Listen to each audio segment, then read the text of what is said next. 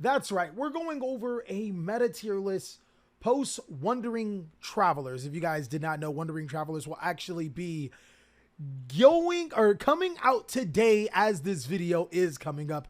And I want you guys to be very prepared on the meta.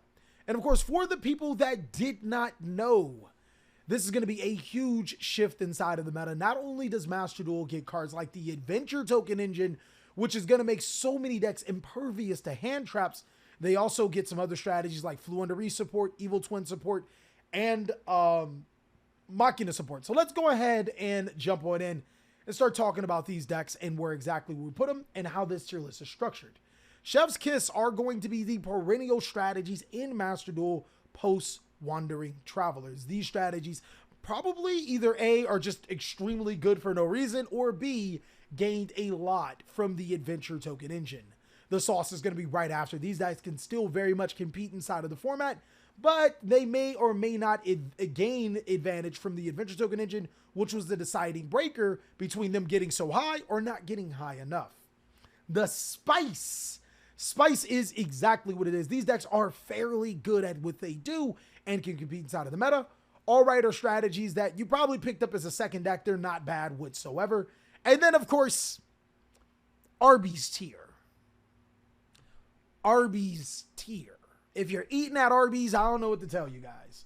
We're going to go ahead and start off with Dinos, guys. And every single time we talk about Dinos, I'm going to put them in the sauce. And allow me to explain, guys. The Adventure Token Engine will introduce more tokens inside of Master Duel.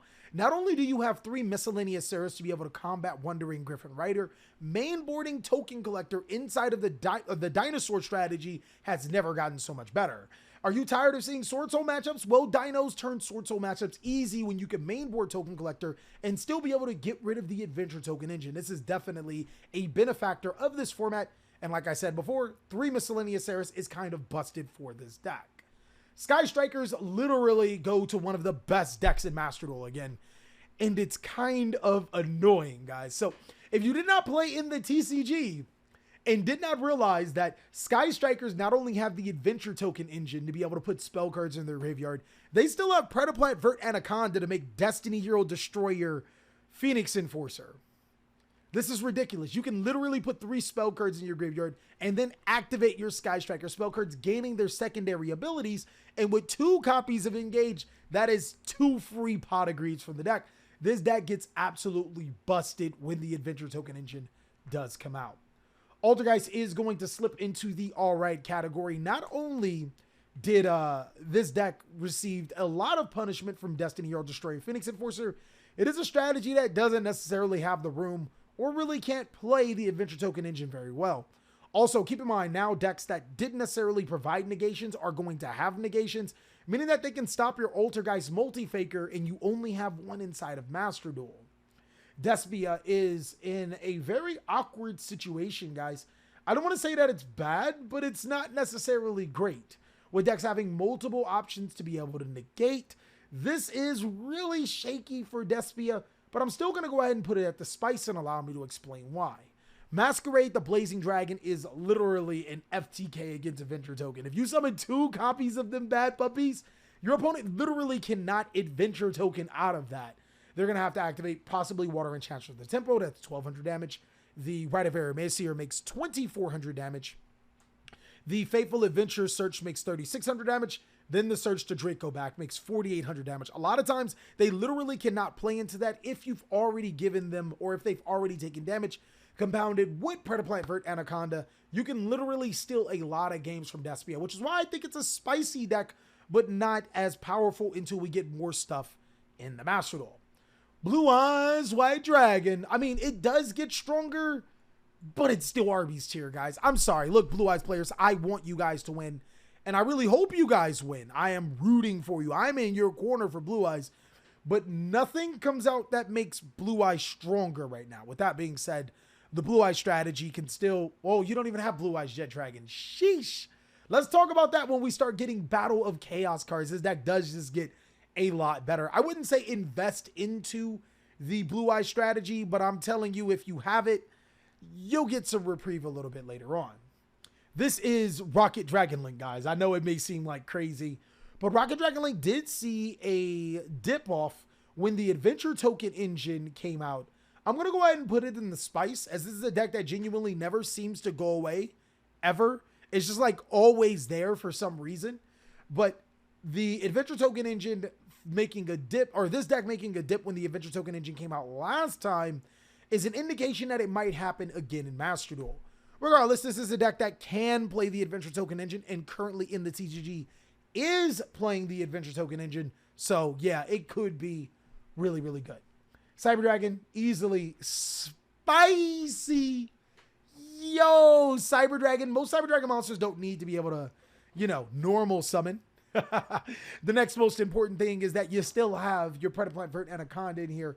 This is still a fairly decent deck. Probably one of the best anime protagonist decks inside of Master Duel currently. Dark Magician is right here with Blue Eyes, guys. That Arby's tier. Look, guys, these two decks are not great right now, but I can't wait till we get Battle of Chaos cards. That'll make them a little bit better, a little bit more competitive. At Ignister, guys, oh man, look, I genuinely think players are just sleeping on Ignister, right? This deck is ridiculous. In the TCG, it's already being acknowledged by the Inner Circles as one of the best decks in Yu-Gi-Oh! And it's ridiculously cheap. Unfortunately, in Master Duel, I mean, it's Master Duel, right? So you don't really pay money, kind of, sort of, but you do. Being able to make the at arrival at Ignister is ridiculously hard to be able to get over Master Duel, especially seeing that there's going to be some other strategies to make hand traps that are good against this strategy not as good. If everything goes according to plan and people start playing this one particular strategy a ton, then this strategy can benefit as cards like Maxi and Nibiru, this deck's biggest enemies, will start to fall off, giving you in the sauce category. Eldritch, guys, Eldritch is actually a really good counter to the Sword Soul strategy, and players have been playing it really perfectly. I mean, to be honest with you, yes, losing Conquistador to 1 does suck, but the ability to be able to play a trap-based deck and control the opponent, summoning a 3,500 attack Eldritch the Golden Lord, and now, if you guys don't remember, you have the Adventure Token engine to be able to protect your plays. You'll still have Predaplant Vert Anaconda to be able to summon Destiny Hero, Destroyer, Phoenix Enforcer. This deck at its strongest, I'm going to go ahead and put it in Chef's Kiss, because this deck at its strongest actually did use the Adventure Token engine and Predaplant Vert Anaconda. The only thing why I'm skeptical, a little hesitant, is because Conquistador being at 1 in Master Duel, but the Eldritch engine didn't even really make this deck pop. It was the combo part of this deck and then the Eldritch supplemental back row. Shadows are going to go into a really, really hard time right now. Main reason is because most adventure decks can search Draco back, which will allow you to bounce Shadow Window, which depreciates the value of the Shadow strategy. It's definitely fallen on hard times right now. It's not a strategy I would consider playing at this moment. Live Twin, oh my god, guys. This is one of those strategies that can't play the Adventure Token engine, at least not as well as some of the other strategies. But oh my god, you guys get Evil Twin Trouble Sunny? Sheesh. Prayers. This card literally changes the scope of the Evil Twin strategy. The reason why it changes the scope is because now this deck can OTK throughout its own engine and has a Link 4 monster that can play in the graveyard, as well as summon both a draw and a destruction at any given time. Fluentaries, guys, this is either going to be here or here, and it could be here. So I'm going to explain why Fluentaries literally will be one of the best decks in Master Duel. Fluentaries dodges not right now, but Fluentaries dodges Nibiru. Fluentaries dodges Maxi. And almost every great competitive player right now is playing at least Maxi, and a lot of times Nibiru. That is 6 cards out of your deck that are immediately just completely useless, right? Like, it's just ridiculous how Fluentaries is going to change the Master Duel meta. I don't think we're going to be getting Fluentaries at Vit in the Adventure, but if we do, this is literally the best deck in Master Duel. Like, it's just ridiculous how this deck is going to change so much of Master Duel. Fluffles are still really good. Being able to use the Artifact Scythelock and Destiny Hero Destroyer Phoenix Enforcer doesn't necessarily benefit from the Adventure Token engine, but still a really solid deck. You guys keep seeing the strategy because it is that good. Pendulum's okay. Pendulum's really, it's okay. It's not necessarily bad, but it's not a world beater. You know what I mean? And Pendulum has been in this awkward spot in both the TCG and Master Duel. And this particular version of Pendulum has heavy Metal Foes Electromagnet. You would think it would do better. Unfortunately, nothing really helps it and nothing really hurts it right now. Earth Machine does get Machina. It's not Machina Citadel. God. The Dark Machine monster that's 4,600 attack. So if this strategy, I'm going to put it in the sauce and allow me to explain. If this strategy becomes good, this strategy becomes amazing. So the biggest problem with Earth Machine right now is Max C. But if players stop playing Max C because of Fluentaries, this deck immediately becomes good because not only does it play full combo, it can also run Skill Drain, which literally destroys this deck. Like, it just collapses Fluentaries up. It collapses so many strategies in the top meta. So this isn't necessarily the sauce because of Ruin Force. Thank you guys for helping me out there. But it is amazing if players stop playing less Maxi, less Nibiru, then this card becomes amazing, right? Next is Magic-E. Don't waste your time on it. We were actually going to talk about the Suship deck too. Don't waste your time on it. These decks, the Magic-E strategy works well with Drytron, but you only need like 3 cards. And it's just to protect your Scythe Lock. So not necessarily good. Not necessarily good. This is not really good. Marine Cess gets way better. Marine Cess actually is crazy right now. Once Marine Cess gets Marine Cess Dive, which I think you guys are quite some ways away, I think that this deck will probably be in the sauce category, but it 100% does benefit from the Adventure Token Engine, being able to set up a disruption and then follow up with its combo. It just itself needs more cards to make itself ultra competitive. Heroes, actually, I'm going to put Heroes in the spice. I really do. This is a bold take, guys. Destiny Hero Destroyer Phoenix Enforcer is phenomenal for this deck. It's a great going second deck. It's a great board breaking deck. And we're starting to enter a more combo-esque type meta with the adventure tokens. And this deck is built to be able to not only counter the adventure tokens with Master Hero Dark Law, but destroy the adventure token engine. Agents are all right. We tried.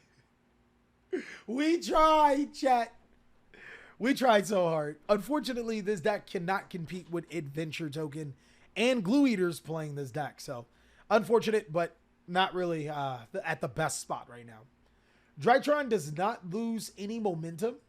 It doesn't necessarily get stronger from the Adventure Token engine, but it doesn't really lose any momentum either. It's still a top meta strategy. Plunder Patrol, oh my god, guys. Yo, I think Plunder Patrol literally becomes goated because of Destiny Hero Phoenix Enforcer being a dark monster, so that's instant access to this. The Adventure Token engine, unfortunately, is win, but this deck actually plays the Adventure Token engine better than no other. This is a bold take because it probably should be right here, but I'm going to go ahead and make a bold take and say that this is sauce. Adventure Token Plunder Patrol is literally, it's amazing. Prank Kids easily become the best deck in Master Duel. Hands down. Like, no competition. This deck becomes ridiculous. So not only does it have access to the whole Destiny Hero Phoenix Enforcer, it now can protect its own plays, almost rendering hand traps where you got to play a lot of hand traps inside of your deck and then lose to Fluentaries because Fluentaries kind of just counters hand traps, or play no hand traps in your deck and deal with a Destiny Hero Phoenix Enforcer, a Wandering Griffin Rider, and a Prank Kids Battle Butler. So people may not know, but Adventure Synchro is going to be another deciding factor inside of Master Duel. Granted, we don't have the Illusion of Chaos to be able to search the Magician's Souls yet, but there is so much more in Master Duel that we have that doesn't translate to the TCG. So this deck actually does get stronger with the Adventure Token engine. It is named Adventure Synchro. You set up your adventure combo and then you synchro summon into some crazy as Yu-Gi-Oh cards. Stop the cap. Stop the cap, Deathpool Slayer. Stop the cap. He really said Blue Eyes and Dark Magician are really... Stop the cap. That's Don't cap. All right. Sun Avalon, guys. Sun Avalon. Sun Avalon is, you know what? The adventure token engine is going to make this deck a lot better. So Sun Avalon loses to hand traps. But again, stop lying. Who is he lying to? But we're going to carry on. No, don't play these deck, guys. Don't listen to him. Don't listen to him. Look, this, of course, is opinionated, but there's obviously a thought process behind this. That's hopium on his side, right? But anyways, I'm sorry. I'm telling you how it is because I don't want you guys to go get a Blue Eyes deck and a Dark Magician deck or a Magic Key deck and thinking that you're going to be able to have an easy time and getting clapped up by every deck in Master Duel. But anyways, Sun Avalon does get a lot better. Strictly because of the adventure token engine. This is a deck that has 1-card combos and multiple ways to get into that 1-card combo. It just needs protection, with the adventure token engine. Here we go. I played Dark Magician and Master Duel and beat the top tier deck. So send your replay in. Sword Soul actually loses a step. If TCG players like remember, Sword Soul disappeared completely out of once Destiny Hero Destroyer Phoenix Enforcer came out. And once Destiny Hero Destroyer Phoenix Enforcer came out, and also once the Adventure Token engine came out, this deck disappeared. And allow me to explain why. First of all, Destiny Hero Destroyer Phoenix Enforcer is a problem for Sword Soul, regardless if they can play it or not. Being able to destroy the tie A or their follow-up. This deck is also not good at follow-up. It can't play the Adventure Token engine. It just isn't as combo-tastic, as some of these other strategies can literally make negation boards that Sword Soul sometimes just can't go into, right? So Sword Soul is still really, really good. Don't sleep on it. But I expect Sword Soul to kind of disappear in the background, strictly because a lot of these decks are going to be able to set up negations in boards that are a little bit better than Sword Soul, and Sword Soul will see a slight decline. Phantom Knights, oh my god, this is probably going to be the second best deck in Master Duel. So not only can you Rungo now, your opponent won't be able to hand trap your Rungo combo. This might be the first. This just literally might be the first. Adamantimators suck. No, this literally just might be the first, right? Tri Brigade also was a deck that disappeared. I'm going to go ahead and put it in the spice, mainly because interrupting Tri Brigade's first summon is really good. And then interrupting their follow-up is also really good. That's Destiny Hero Destroyer Phoenix Enforcer and your Wandering Griffin Rider. And this deck literally disappeared off the face of the earth when that was prevalent. We can pretty much assume that that's going to happen in Master Duel. I do like that this deck can play DBE, but that's not helping your case. Unchained is actually really good, guys. I'm going to put it right here. It's spicy. Because this deck can play the Adventure Token engine. So, it's really, really good. And then it also punishes the opponent for destroying your cards. So it's really good. Virtual World also is a deck that it's not bad, right? It's not all right. It's not spicy. It can play the Adventure Token engine and does get a little bit more busted. Zombie World is okay, guys. Unfortunately, no Battle of K or no what's that damn card? That's that name. Dimension Force stuff to make this deck really, really good. And then Solomon Great is also in the all right. It can play the Adventure Token engine. There's actually been some successful TCG builds that have been playing the Adventure Token engine, but in all honesty, these are better. Okay. And I appreciate you guys for watching this video, of course. There was some interesting comments in the comment section. Some of you guys have decent opinions. Some of you guys have, hopium in your heart, and that's nothing wrong with that. If you guys have a Dark Magician, a Blue Eyes, a Magic Key, a Sue Ship, a deck that you feel is unjustly fitted in a certain tier, send that replay in Monday, Wednesday, Friday, 4 p.m. Pacific Standard Time. We'll watch it. I want you to prove me wrong because I want as many competitive decks as possible. Thank you guys so much for watching. Really hope you enjoyed it. Of course, go ahead and check out these videos if you want to see more amazing Master Duel content, and I'll catch you on the next one.